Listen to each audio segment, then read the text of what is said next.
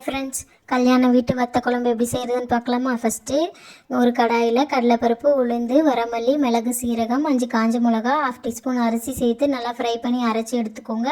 அதுக்கப்புறம் ஒரு கடாயில் 4 டேபிள் ஸ்பூன் ஆயில், வத்தல் சேர்த்து அதையும் நல்லா வறுத்து எடுத்துக்கோங்க. தனியாக எடுத்து வச்சுட்டு அதே எண்ணெயில் பூண்டு, சின்ன வெங்காயம் சேர்த்து நல்லா கோல்டன் ப்ரௌன் ஆகிற அளவுக்கு நல்லா வதக்கி விட்டுக்கோங்க. வதங்கினதுக்கப்புறமா கட் பண்ணி வச்சுருக்க தக்காளி சேர்த்துக்கலாம். தக்காளி சேர்த்து ஒரு 1/2 டீஸ்பூன் மட்டும் உப்பு சேர்த்து நல்லா தக்காளி குலைவாக ஆகிற அளவுக்கு வதக்கி விட்டுக்கோங்க. வதங்கினதுக்கப்புறமா மசாலா சேர்த்துக்கலாம். ஒரு 1/2 டீஸ்பூன் அளவுக்கு குழம்பு மிளகாய் தூள், 1/2 டீஸ்பூன் அளவுக்கு காஷ்மீரி சில்லி பவுடர், உப்பு, மஞ்சள்தூள் சேர்த்து நல்லா மசாலாவோட பச்சை வாசனை போனதுக்கப்புறமா 1 டம்ளர் புளி தண்ணி சேர்த்துக்கோங்க. புளி தண்ணி சேர்த்துட்டு ஒரு 1/2 டம்ளர் தண்ணி சேர்த்து நல்லா கொதிக்க விடுங்க. கொதித்ததுக்கப்புறமா அந்த பவுடர் சேர்த்து மீடியம் ஃப்ளேமில் வச்சு நல்லா மிக்ஸ் பண்ணி விட்டுக்கோங்க. அரிசி சேர்த்துருக்கறனால அது கொஞ்சம் அடி பிடிக்கும். அதனால் மீடியம் ஃப்ளேமில் வச்சு குக் பண்ணி எடுத்திங்கன்னா சூப்பரான கல்யாண வீட்டு வத்த குழம்பு ரெடி. வீடியோ பிடிச்சிருந்தா லைக் பண்ணுங்கள், ஷேர் பண்ணுங்கள், கமெண்ட் பண்ணுங்கள், மறக்காமல் சப்ஸ்கிரைப் பண்ணிவிடுங்க. தேங்க்ஸ்.